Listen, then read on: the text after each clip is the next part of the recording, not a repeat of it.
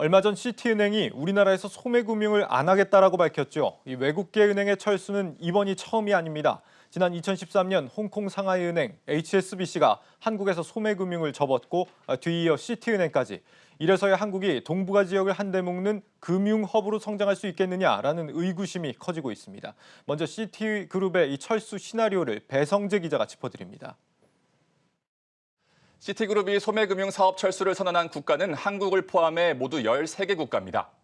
13개 국가 중 10개국이 아시아 지역일 만큼 아시아에 펼쳤던 소매금융 네트워크를 모두 정리하겠다는 의도로 풀이됩니다. 이제 남은 건 출구 전략입니다. 금융권에서는 소매금융 부문을 통째로 혹은 사업 부문별로 분리해서 매각하거나 점진적으로 폐지하는 등의 방안을 예측 중입니다. 지난달 열린 시티은행 이사회에서는 통매각을 우선 고려했다는 전언도 이어지고 있는 상황인데요. 벌써 철수 진도가 꽤 나간 다른 국가들을 한번 살펴보도록 하겠습니다. 아시아권에서는 넓게 뻗은 시티은행의 네트워크가 매력적으로 평가받고 있는 분위기입니다.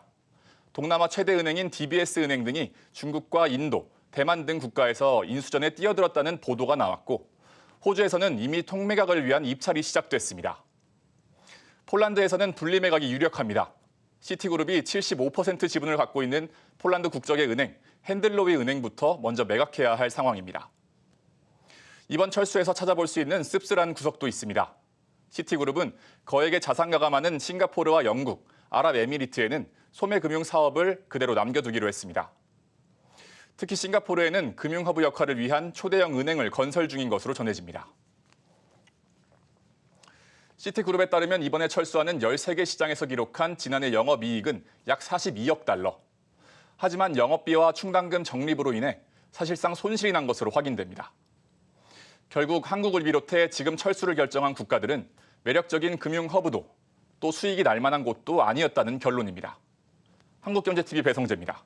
이번 시티그룹의 철수는 그만큼 한국 시장이 수익성 면에서 매력적이지 못하다는 의미이기도 합니다. 우리나라는 20년 가까이 아시아 금융 중심지가 되겠다는 포부와 전략을 추진해 왔는데 막상 글로벌 금융회사들은 그렇게 바라봐주지 않는 것 같습니다. 왜 이렇게 된 건지 정치경제부 문성필 기자가 이유를 분석해 드리겠습니다. 문 기자, 네. 이 한국의 금융 경쟁력 지금 뭐 그렇게까지 떨어진 수준인 겁니까? 먼저 간단하게 네. 스토리를 좀 읊어드려야 될 것 같습니다.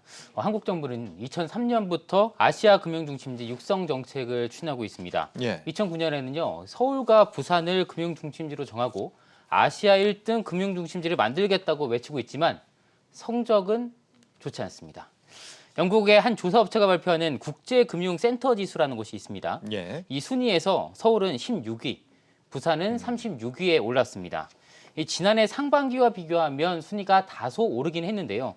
상하이, 홍콩, 싱가포르, 베이징, 선전 등 아시아 주요 금융도시들과 비교하면 격차가 큽니다. 세계 10위 경제대국이라고 하는데 금융 경쟁력은 많이 낮네요. 네. 뭐 다른 아시아 금융 도시들보다도 이렇게 좀 뒤처지는 특별한 이유 같은 게 있을까요? 뭉치면 살고 흩어지면 죽는다. 네. 잘 아시는 이야기죠. 그렇죠. 아마 시청자분들도 잘 아실 텐데 네.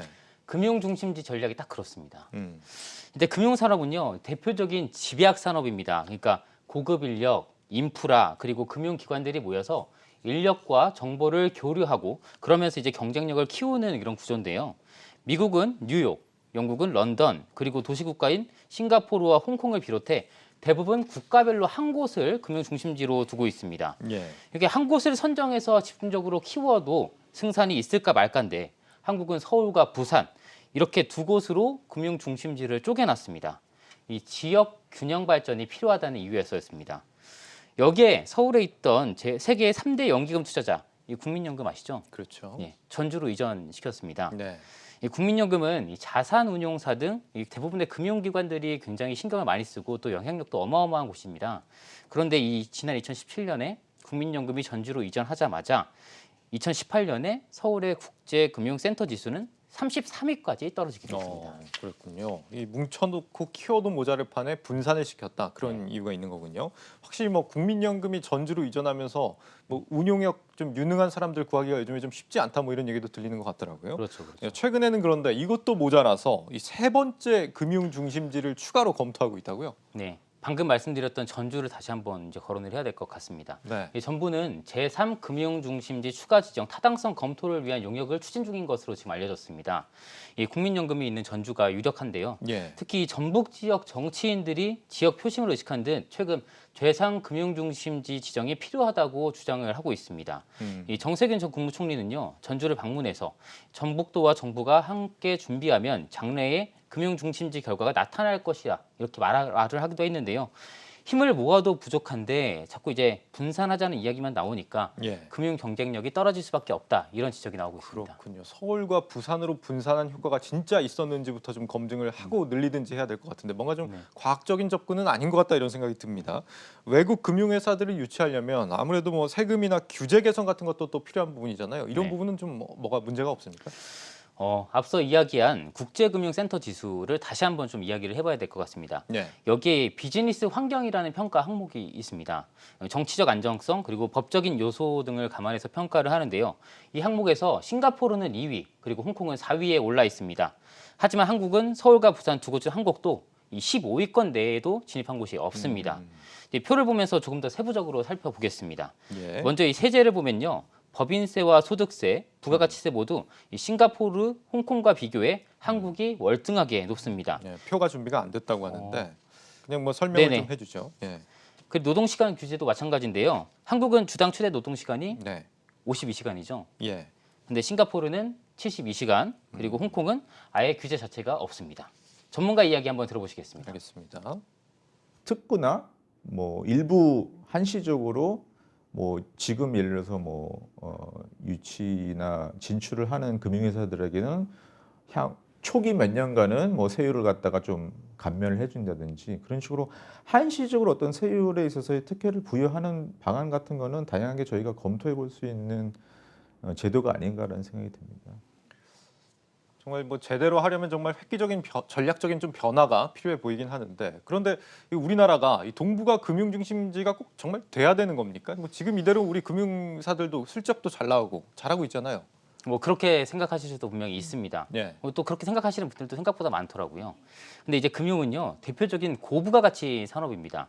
그러니까 실물 경제를 지원하는 자금 조달은 물론이고 그 자체가 이제 국가 경제의 주축이 될 수 있는 산업이거든요. 예. 무엇보다도 이제 금융 그리고 관련 서비스업에서 많게는 수십만 명의 일자리를 창출할 수 있다는 점. 그것도 요새 그 청년의 양질의 일자리 얘기를 많이 하잖아요. 그렇죠. 양질의 일자리를 창출할 수 있다라는 점이 가장 큰 장점입니다. 또 그래서 홍콩과 싱가포르는요, 이 30년 전부터 이런 부분을 깨닫고 법률적으로 그리고 정책적으로 이제 관련 정책을 펼쳐왔던 거죠. 그렇군요. 그렇다면 마지막으로 이 금융 중심지 전략을 뭐 앞으로 그럼 어떻게 가져가야 된다 이런 부분에 대해서도 혹시 뭐 취재가 된 부분이 있습니까? 뭐 굉장히 다양한 목소리들이 많이 있습니다. 하지만 그 최근 만난 어떤 그 국가자문위원 하시는 교수님께서 얘기를 해주신 내용인데요. 네.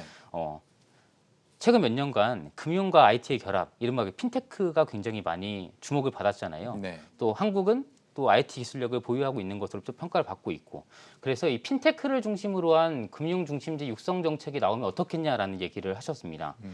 이미 그 서울 여의도, 강남 쪽을 가보면요, 그런 스타트업들이 모여 있는 공간에 핀테크 회사들이 굉장히 많이 있습니다. 예. 특히 서울에는 그 100개의 핀테크 회사들이 모여서 미래 성공 스토리를 준비하고 있는 그런 장소도 있더라고요. 그리고 또 해외에서 핀테크 그 창업을 해보겠다고 우리나라로 오히려 입국을 해서 준비하고 있는 케이스도 찾아볼 수 있었습니다. 예. 이제 그만큼 우리나라가 핀테크의 강점이 있다는 평가를 받고 있는데 이런 부분을 잘 살리면 차별화된 금융 중심지 정책을 만들 수 있지 않을까 하는 기대감도 분명히 있습니다. 네. 잘 알겠습니다. 정치경제부 문성필 기자였습니다. 수고했습니다. 네.